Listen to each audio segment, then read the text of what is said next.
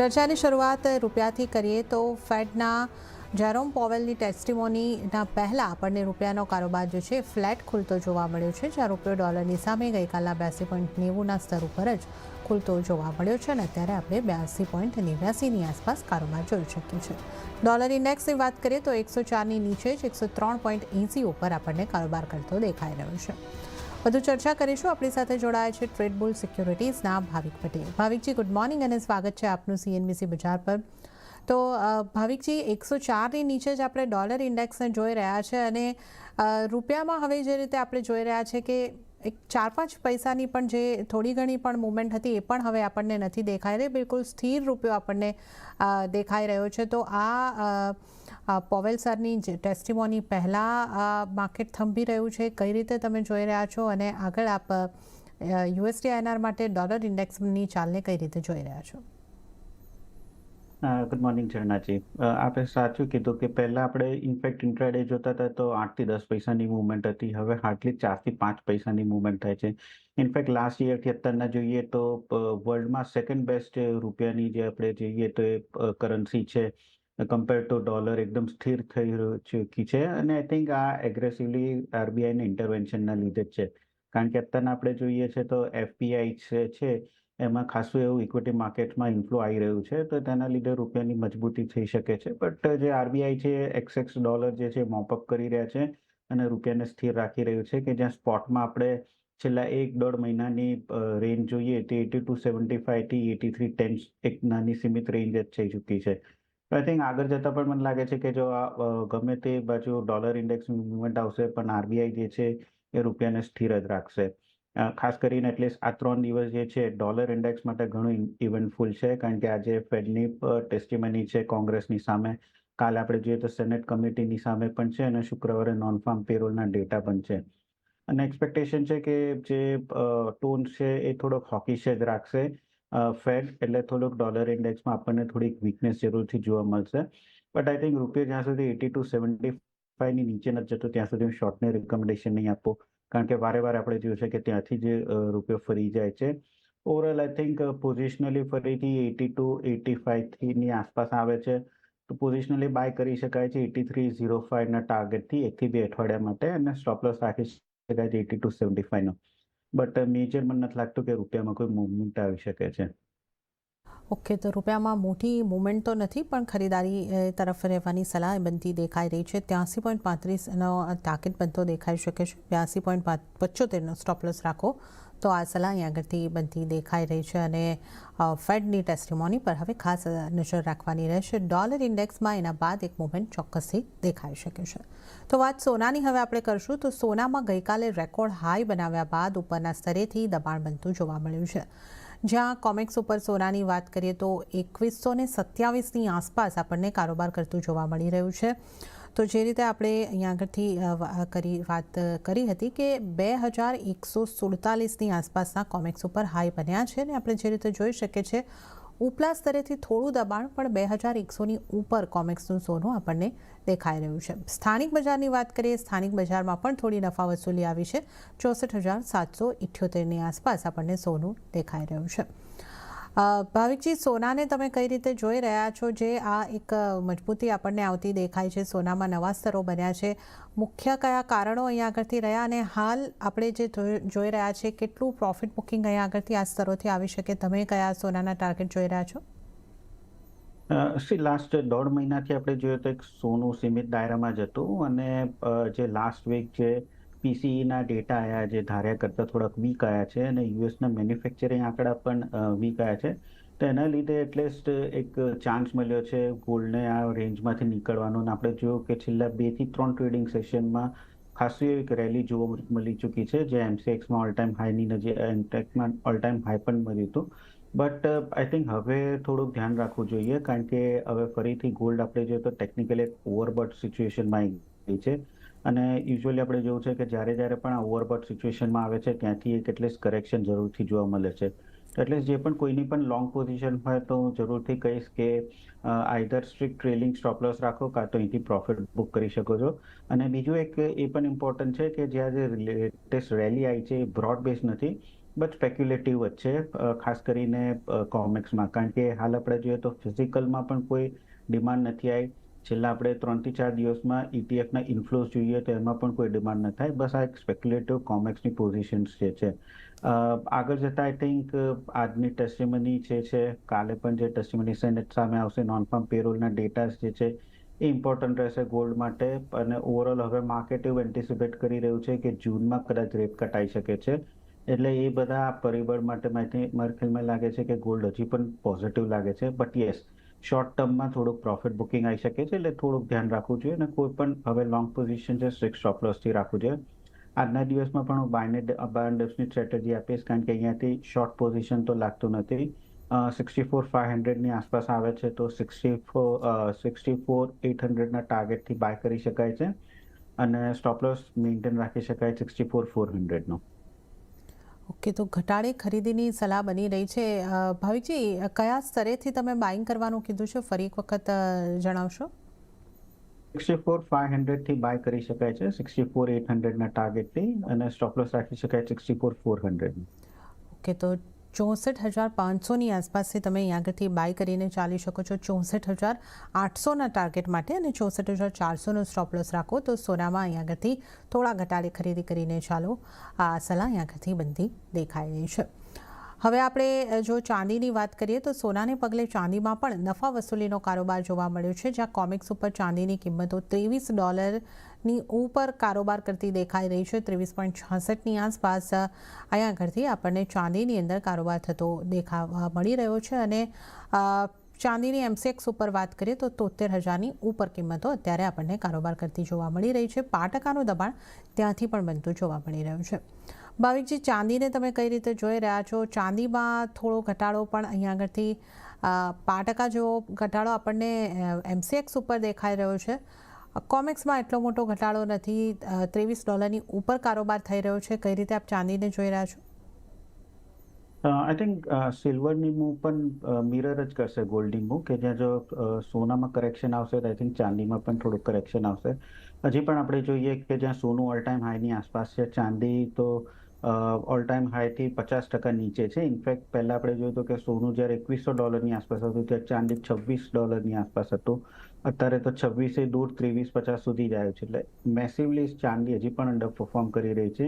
અને એનું એ જ કારણ છે કે આપણે મેન્યુફેક્ચરિંગ ડેટા યુએસના જોઈએ તો વીક આવ્યા છે, ચાઇના તરફથી જોઈએ નબળા આંકડા આવ્યા છે. એટલે જ્યારે ઇન્ડસ્ટ્રીયલ યુઝેજ નહીં વધે તો ચાંદીમાં કોઈ મોટી ડિમાન્ડ આવવાની નથી. એટલે ચાંદી ક્લિયરલી લેગર્ડ જ કરવાનું છે. અને આ વર્ષે મને લાગે છે કે સોના વધારે આઉટપરફોર્મ કરશે ચાંદી કરતાં. બટ યસ, હજી પણ ચાંદીમાં થોડીક અપમૂવ જરૂરથી જોવા મળી શકે છે. તો ચાંદીમાં તો ક્લિયરલી અહીંયા કરંટ માર્કેટ પ્રાઇસથી જ બાય કરવાની રિકમેન્ડેશન આપીશ 73,800ના ટાર્ગેટથી. અને સ્ટોપ લોસ રાખી શકાય 72,800. તો નજીકમાં મે બી ચાંદી સોના કરતાં સ્લાઇટ વધારે વધી શકે છે. બટ જે પણ ઇન્ટ્રાડે પોઝિશન રાખવો એ ક્લિયરલી સ્ટ્રિક્ટ સ્ટોપ લોસ સાથે જ રાખો, કારણ કે ગમે ત્યારે થોડો ઘટાડો પણ આવી શકે છે. ઓકે, તો સ્ટ્રિક્ટ સ્ટોપ લોસ ઇન્ટ્રાડે માટે તમારે અહીં આગળથી રાખવાનો રહેશે. તો ચાંદીમાં તમારે માટે જે સલાહ બનતી દેખાઈ રહી છે 73,800ના ટાર્ગેટ માટે ખરીદારી કરી શકો છો. 72,800નો સ્ટોપ લોસ રાખો. તો આ સલાહ ચાંદી માટે પણ બનતી દેખાઈ રહી છે. તો સોના ચાંદીમાં એક તેજી આપણે આવતા જોઈ અને ઉપલા સ્તરેથી એક પ્રોફિટ બુકિંગની સ્થિતિ આપણે જોઈ રહ્યા છે. અને સોના ચાંદીની વાત આપણે આજે કરીશું. અને હાલ સમય થઈ રહ્યો છે એક બ્રેક લેવાનો. લઈશું બ્રેક, અને બ્રેક બાદ અન્ય કોમોડિટીઝની ચર્ચા સાથે આ શોમાં આગળ વધીશું.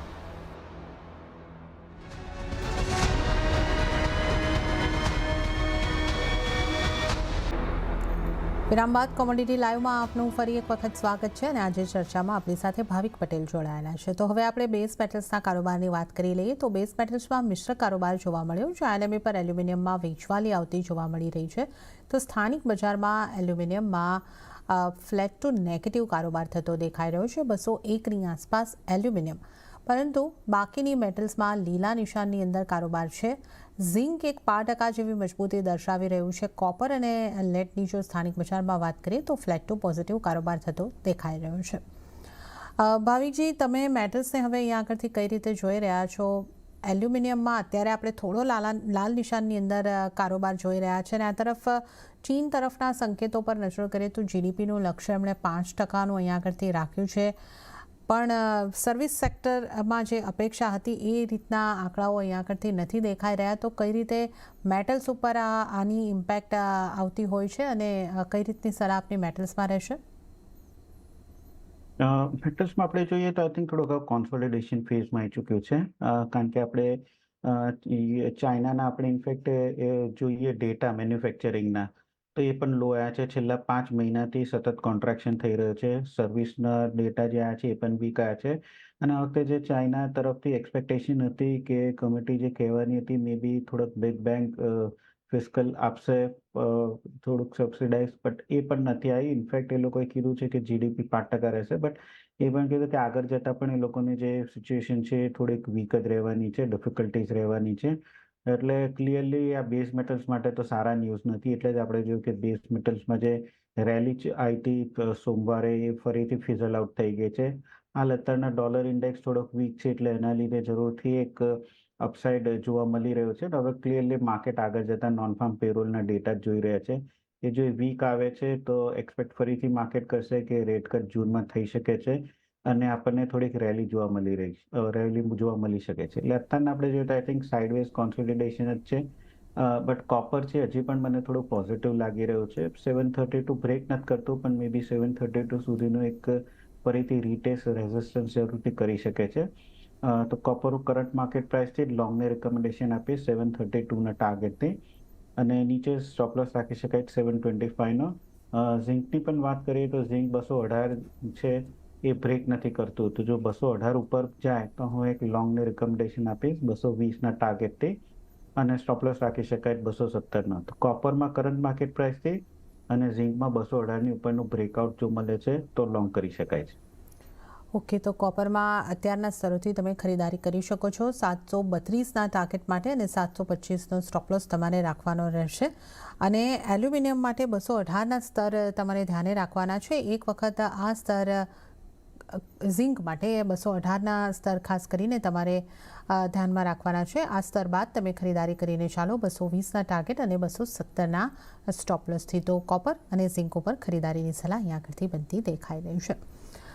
આગળ વધીએ અને હવે આપણે ક્રૂડની ચર્ચા કરી લઈએ. તો ક્રૂડ ઓઇલમાં તેજી સાથેનો કારોબાર જોવા મળી રહ્યો છે, જ્યાં બ્રેન્ટની કિંમતો $82 પાસે જોવા મળી રહી છે. 82.25 ઉપર બ્રેન્ટ, 5%ની મજબૂતી. નાઇમેક્સમાં 5%ની ખરીદારી દેખાઈ રહી છે 78.36 ઉપર, અને સ્થાનિક બજારમાં 6500ની આસપાસનો કારોબાર થતો દેખાઈ રહ્યો છે.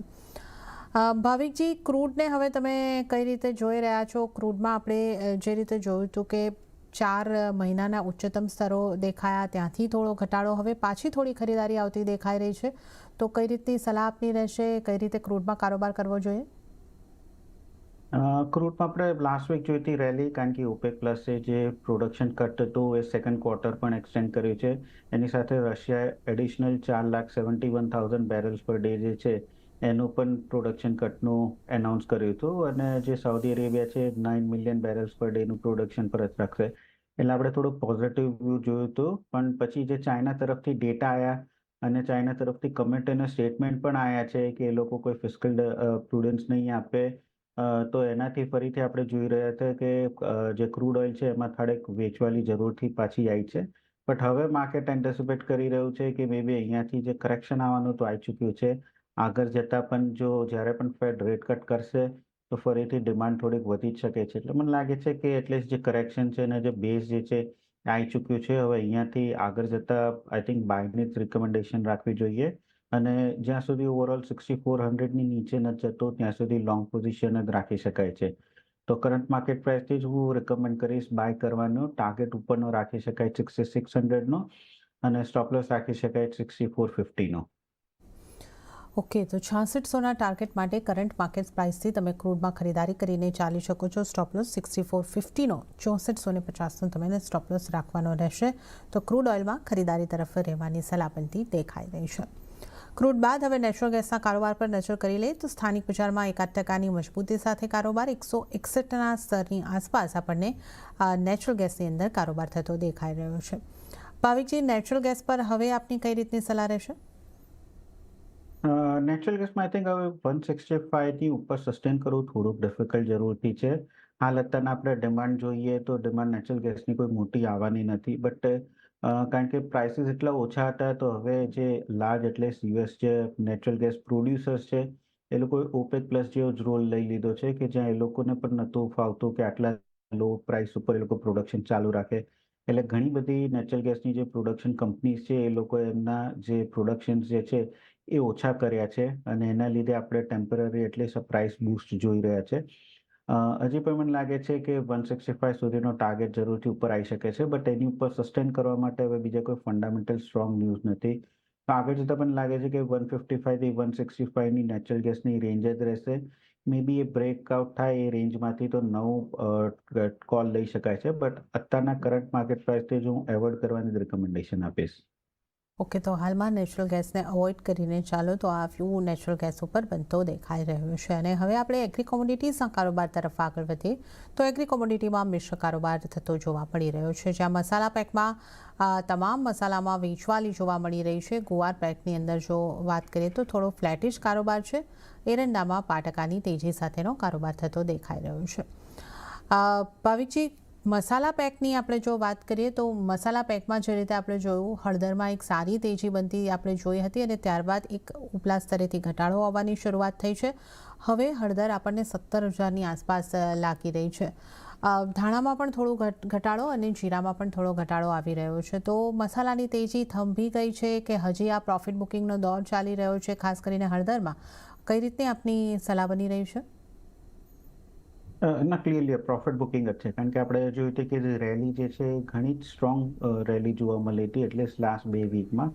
એટલે હવે માર્કેટ થોડુંક પ્રાઇસને કેચઅપ પણ કરી રહ્યું છે અને આટલા ઊંચા ભાવે આપણે જોઈએ તો જે ડિમાન્ડ જે છે એ પણ થોડીક થંભી ગઈ છે. ઓલ્ધો આપણે સપ્લાય જોઈએ તો કન્ટિન્યુ ચાલુ રહી રહ્યો છે, બટ આગળ જતાં પણ આઈ થિંક ફંડામેન્ટલ્સ ધાનિયાના અને હળદરના બેવના સ્ટ્રોંગ છે, કારણ કે આ વખતે જે માલ જે છે એ લાસ્ટ યર કરતાં કમ્પેરેટિવલી ઓછો છે અને જો ડિમાન્ડ સ્ટેબલ રહેશે તો આ પ્રાઇસીસ હજી પણ ઉપર જશે. તો ક્લિયરલી અત્યારે મને લાગે છે કે બેવમાં પ્રોફિટ બુકિંગ જ આવી રહી છે અને થોડુંક કરેક્શન આવે છે તો બાયની જ સ્ટ્રેટેજી રાખવી જોઈએ. ખાસ કરીને સૌથી પહેલાં હળદરની વાત કરીએ તો મને લાગે છે કે 16,900 સુધીનું લેવલ આપણને જોવા મળી શકે છે. તો ત્યાંથી હું લોંગને રિકમેન્ડેશન આપીશ 17,300ના ટાર્ગેટથી અને સ્ટોપ લોસ રાખી શકાય 16,700નો. અને ધનિયાની પણ વાત કરીએ તો ધનિયામાં પણ મને લાગે છે કે આ કરેક્શન જે છે એ 7,900 સુધી આવી શકે છે. તો ત્યાંથી હું લોંગ કરવાની રિકમેન્ડેશન આપીશ 800નો ટાર્ગેટથી અને સ્ટોપ લોસ રાખી શકાય 7,800નો. જીરામાં મને નથી લાગતું કે કોઈ મોટી તેજી આવે. આઈ થિંક જીરામાં ક્લિયરલી એવોઇડ જ કરવું જોઈએ, કારણ કે આમાં ના મોટું કરેક્શન આવશે, બટ કેમકે સપ્લાય વધારે છે એટલે મોટી તેજી પણ નહીં આવે. ઓકે, તો અહીંયા આગળથી હળદર અને ધાણામાં ખરીદારી કરીને ચાલવાની સલાહ મસાલા પેકમાં બનતી દેખાઈ રહી છે. અને ત્યારે જ ભાવિકજી, આપનો ખૂબ ખૂબ આભાર. આપ અમારી સાથે જોડાયા અને એગ્રી નોન એગ્રી કોમોડિટીઝ અંગે અમારી સાથે ચર્ચા કરી. આપનો ખૂબ ખૂબ આભાર. તો કોમોડિટી લાઈવમાં હાલ પૂરતું આટલું જ, પરંતુ આપને ખાસ જણાવી દઈએ કે વિશ્વની સૌથી ઊંચી પ્રતિમા પર એક ખાસ રજૂઆત, સ્ટેચ્યુ ઓફ યુનિટી, એકતા કા પ્રતીક, તમે શુક્રવારે રાત્રે 8 કલાકે CNBC બજાર પર જોઈ શકશો. હિસ્ટ્રી TV 18ની આ ખાસ રજૂઆતને પ્રખ્યાત ડાયરેક્ટર આનંદ રાય બનાવી છે અને અભિનેતા અક્ષય કુમારે નરેશન કર્યું છે.